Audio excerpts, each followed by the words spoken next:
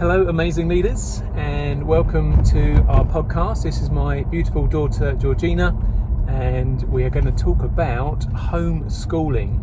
So, George, tell us a bit about homeschooling. Which school are you with? Who are your teachers? And things like that. Hi. So, I'm with Interhi, which is an online school. You sign up and you get 7 main courses such as sciences and English and maths and a language and history and geography and stuff like that. And you get a specific timetable depending on what house you are. It's a dog breed. So I'm with the pinchers, and you have that group and all your classes are with that specific group. You have follow classes and lead classes. The lead classes are the whole year for the main bit of the topic, and then follow class is just your group with your dog, and it's just going into a little bit more detail about the topic that you're doing.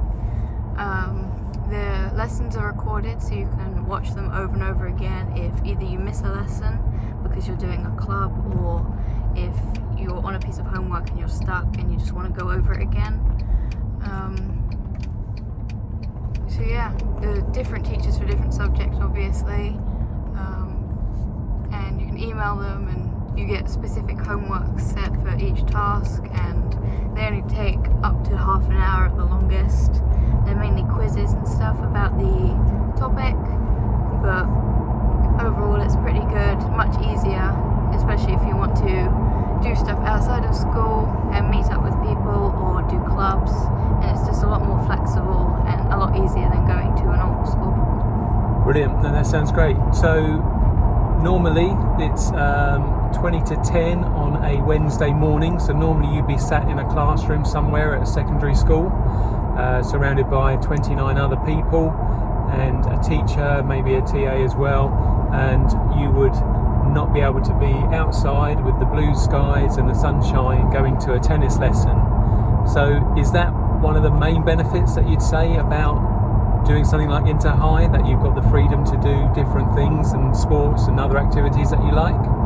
Yeah, I think that would be one of the main benefits, because obviously you won't be missing any lessons because it's recorded, so you can go back onto the website and watch it as many times as you want. Even if you've missed it, you just can't ask questions, but you can always email the teacher after. But yeah, I think that's the main benefit, because you get to go out and you can go whenever. And also there's a lot of big gaps in my timetable and a lot of other people's timetables as well. So you just, either you can time them so you don't miss any lessons, or you do miss lessons and you just catch up. So it's quite flexible either way. That's really good. Also, it means that we can go wherever we want in the world, whenever we want. We're not restricted to a school term time. So from a parent's point of view, where they put prices up around holiday seasons and things like that, we aren't restricted by that. So we can travel wherever we want. The only thing we need is internet connection or Wi-Fi, so that the girls can get online to do their lessons. But it gives us some real great freedom and flexibility around travelling and be able to go. We've got a place in France that we can go to as well and explore that, and it's just lovely from our point of view that we're not having to go with the masses to these places and pay twice as much as everybody else as well. So that's some of the benefits from our side. You have been to a secondary school as well. We won't name the secondary school, but you have been to a secondary school. So what are some of the downsides maybe from working, remotely at home, or if we're away, to actually going to a school every day, would you say?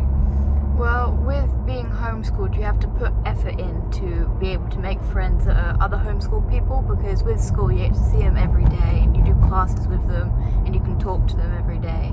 And on the bus and stuff, you can't do that with homeschool because you stay at home all day, so you'll have to put that effort in and either go to any other sports clubs. Like there's this trampolining group that I used to go to with a lot of other people very similar to my age. They're all really nice.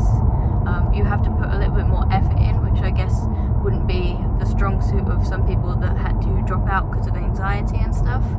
So they'd have to work a little bit more hard to make more friends that are other homeschool people, but they're a really nice bunch, and I think once you take that leap, it's a lot easier to go again and talk to them again and make friends and FaceTime them and text them every day and stuff. I've got a bunch of homeschool friends now, and they're all really nice, and it was just taking that extra leap to go and meet up with them or try and talk to them in the group or something, and it's just that extra leap, I guess. That's probably the hardest bit, but then once you do that, it's a lot easier, and you get to make a bunch more friends, because then they introduce you to some of their home ed friends and other activities that they go to that they think you might be interested in. So I guess that's the downside, just the not a very big social life unless you put the effort in. And some people who don't want to make friends, that's fine, because you can just go to the school, and that would be good because you'd still be doing the lessons and stuff. But you have to put the effort in, I guess, for being able to talk to people. Yeah, no, it's really interesting, and that's, I think, most people's fear from a parent's point of view as well, is how are they going to make friends.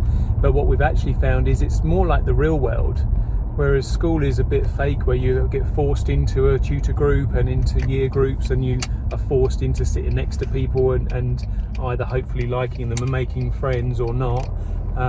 Whereas this is more like a grown-up world, where you do actually have to put some effort into relationships, and learning that at a younger age, we hope, will stand our girls in good stead for their future development as well, and sort of making friends. Also, they get a wider, diverse group of friends, which is what we found. So with tennis this morning, for example, George is going to be one of the youngest people there, so it helps her to interact with adults and older people, which again is very similar to what happens when you go into the real world, and when you start working, typically you're one of the youngest and having to work with older people.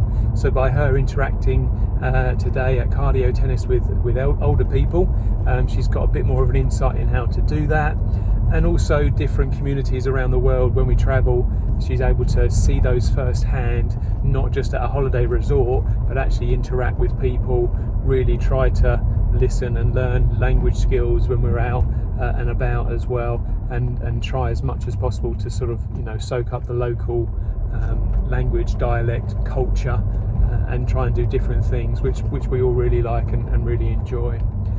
So overall then, as we're coming to the end of our journey towards our lesson, what would you say would be the number one thing that you would recommend for people to do if they were able to about homeschooling?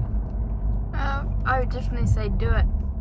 If your kid's more one of the popular kids and they need that social side to be able to, I guess, function well and be happy, then yeah, keep them in school. But I found it's much easier to be homeschooled because of all the lessons, and it's much more comfortable doing it at the dining room table, where you can just get straight into the lesson when there's not other kids messing about, because they don't have microphone access. It's just the teacher that's able to talk, so you can just talk to the teacher and message them on a private message. You don't have to ask in front of the whole class, and there's the main group chat, so it's just a lot better,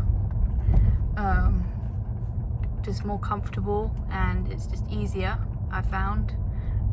But yeah, I definitely say do it, because it's much better, and yeah, I think it's been great since I've done it, and it's much easier, and you can always stay friends with people in your old school, but I don't know, it's just much better in my opinion. I definitely say do it.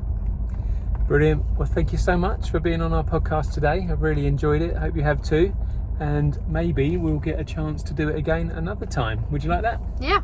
Sounds okay, good. Brilliant. Well, bye for now, and we'll see you all again soon. Bye. Say goodbye. Bye.